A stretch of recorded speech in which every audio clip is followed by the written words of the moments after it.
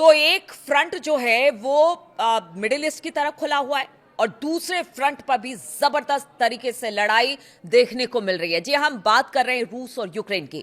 नमस्कार, मैं हूं नीलू। तो रूस ने बीती रात यूक्रेन के कीव और दूसरे शहरों पर सैकड़ों ड्रोन और दर्जनों मिसाइलों से हमला किया है। इन हमलों में कम से कम बताया जा रहा है कि 22 लोगों की मौत हो गई है और ये एक बड़े हमले में से जो अब तक 4 साल का युद्ध हुआ है उसमें ये बड़े हमलों में गिना जा रहा है। इसमें 131 व्यक्ति घायल भी बताए जा रहे हैं और इसका एक वीडियो सोशल मीडिया पर तेजी के साथ शेयर किया जा रहा है जिसमें 60 सेकंड में 4 रूसी मिसाइलों को कीव पर हमला करते हुए दिखाया गया है। इन हमलों में यूक्रेन की राजधानी में धमाकों की तेज आवाज के साथ आग के गुबार को उठते हुए देखा जा सकता है। हालांकि यह पता नहीं चल सका है कि रूस ने किन मिसाइलों से यूक्रेन को निशाना बनाया है। हम आपको बता दें कि वीडियो में एक के बाद एक कई रूसी मिसाइलों को कीव पर हमला करते देखा गया है। इस दौरान कम से कम 4 मिसाइलें कीव के रिहायशी इलाकों पर गिरी और ये धमाके इतने जोरदार थे कि पूरा इलाका धुएं और आग के गुबार से भर गया। वीडियो में बैकग्राउंड से धमाकों की कई आवाजें भी सुनी गई हैं। माना जा रहा है कि ये आवाजें कीव पर दूसरे रूसी हमले और यूक्रेनी एयर डिफेंस के रूसी ड्रोन और मिसाइलों को एंगेज करने के दौरान की है। रूसी राष्ट्रपति व्लादिमीर पुतिन ने हाल के हफ्तों में मॉस्को के हवाई हमलों का अभियान अब तेज करने का आदेश दिया है, क्योंकि हमने देखा कि अब यूक्रेन के ड्रोन मॉस्को तक पहुंच रहे हैं। इसलिए पुतिन जो है वो जबरदस्त तरीके से हमला यूक्रेन पर करने की बात कहते हैं और उसकी एक बानगी कल भी दिखाई दी है। माना जा रहा है कि इसका उद्देश्य यूक्रेन में अमेरिकी निर्मित वायु रक्षा प्रणालियों की कमी का फायदा उठाना और रूस में बढ़ती निराशा के बीच लोगों को यह विश्वास दिलाना है कि 4 साल से जारी युद्ध में देश बढ़त बना रहा है।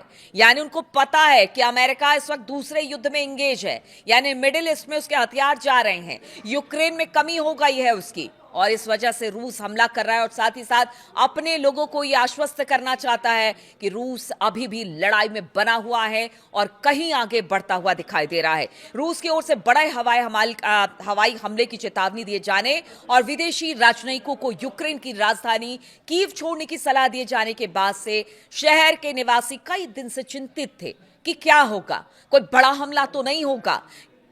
मतलब सब लोग चिंतित थे। हालांकि किसी भी राजनयिक ने इस चेतावनी पर कोई ध्यान नहीं दिया। कोई भी राजनयिक जो था वो यहां से नहीं गया।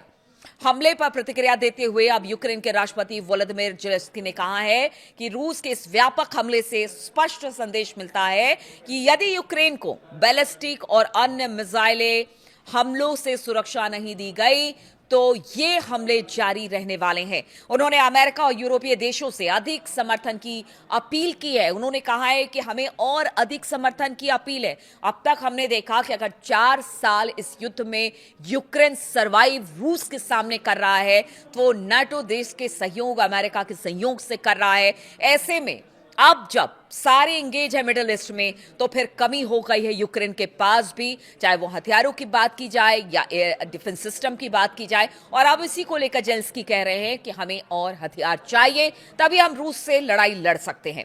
इधर रूस की रणनीतिक यूक्रेन में अमेरिका निर्मित पैट्रियट मिसाइलों की कमी का फायदा उठाने की है।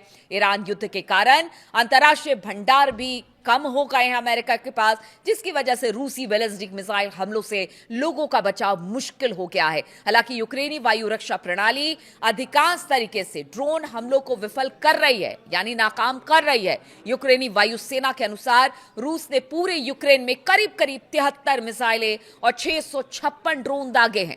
मुख्य लक्ष्य कीव, मध्य यूक्रेन का इनिप्रो शहर और पूर्वी शहर पोल्टावा, खार्किव और ज़पोरिज़िया है।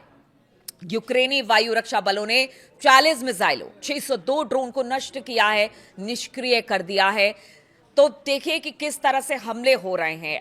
रूस जो है इस वक्त पूरा फायदा उठा रहा है कि जो जो यूरोपियन देश है या फिर जो नाटो देश है, अमेरिका है, इस वक्त एक दूसरे वॉर में उलझा हुआ है और अब रूस जबरदस्त हमले यूक्रेन पर कर रहा है। यूक्रेन का कहना है कि अगर रूस के हमले से बचना है तो मुझे और हथियार आप दीजिए, तभी ये लड़ाई भी लड़ सकते हैं, वरना हमारे बहुत सारे लोग मारे जाएंगे। तो जो पुतिन है उनकी आक्रामकता यहां पर साफ तौर से दिखाई दे रही है और खिसियाहट इस बात की भी है कि अगर मॉस्को तक यूक्रेन के ड्रोन पहुंच रहे हैं, वो भी रूस के आगे, जिस यूक्रेन को कहा जा रहा था कि 4 दिन भी नहीं टिक पाएगा, वो 4 साल युद्ध में डटा हुआ है। तो कहीं ना कहीं अब पुतिन को भी लगता है कि अपने लोगों को विश्वास में लेना है, साथ ही साथ ये मौका है जब वो यूक्रेन को ज्यादा से ज्यादा टारगेट कर सकते हैं, नुकसान पहुंचा सकते हैं। और यही वजह है कि इस मौके का फायदा रूस उठा रहा है और ये बड़ा हमला यूक्रेन पर रूस की तरफ से किया गया है।